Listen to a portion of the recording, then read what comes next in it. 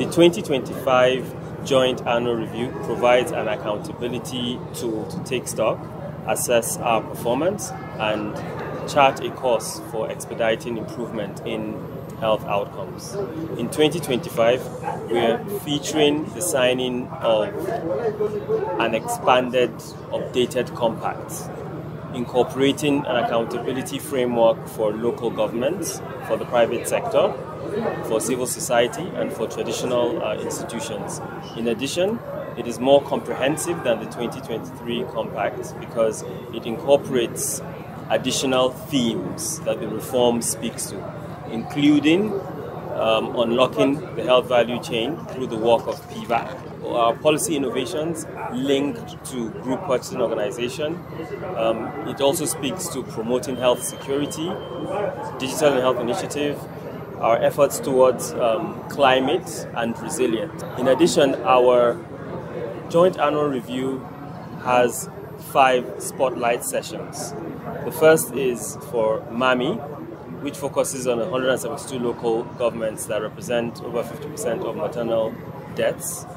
The session showcases some of the outcomes of this initiative, including the reduction of maternal deaths in the 172 local governments by 17% and reduction of neonatal deaths by 12%. The second session is about reducing data and fiduciary risks, and we had a conversation as to how to leverage innovation and technology, how to use social accountability officers, the partnerships that we have with ICPC, but also we also spoke about strengthening the accountability in terms of the production of our health workers. We spoke about the DQA to improve the quality of data collection and reporting, as well as how to enhance the audit processes to ensure that we improve inefficiencies at the front lines. Today, we have also had discussion about the work of PVAC to stimulate local manufacturing, but also to shape markets.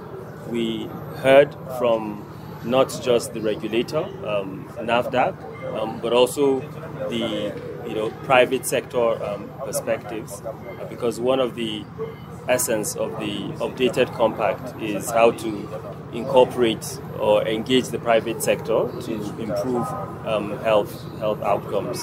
There are several other sessions related to how we're integrating sexual and reproductive health into primary healthcare centers, as well as the innovations that we have related to human resource.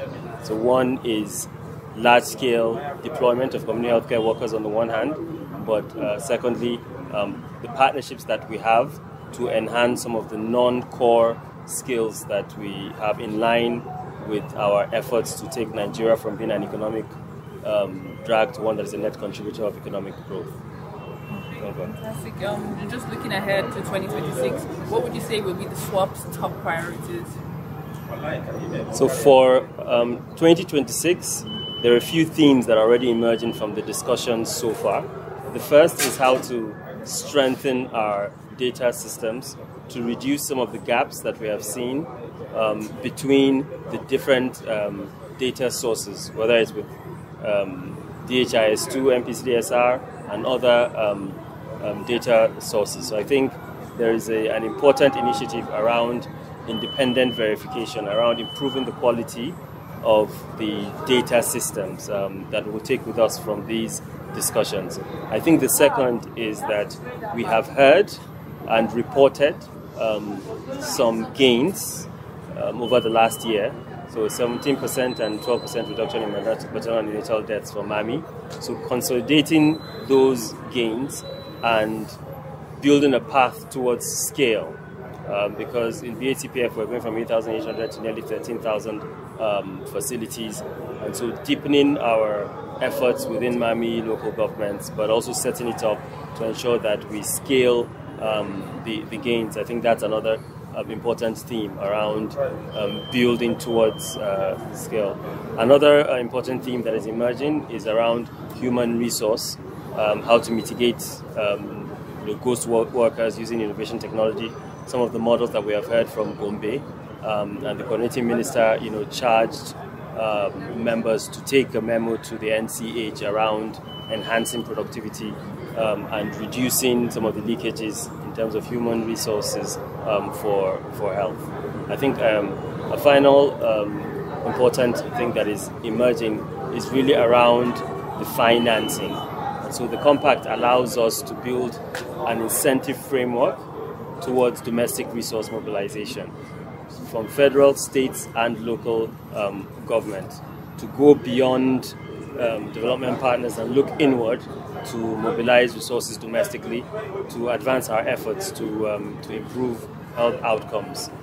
Tomorrow we will have a portfolio review to review our expenditure and begin to converge resources towards our priorities. And I think these important elements give us an impetus to collaborate, co-create with federal, states, local governments, but also civil society and the private sector in building a more resilient and healthy system for the country.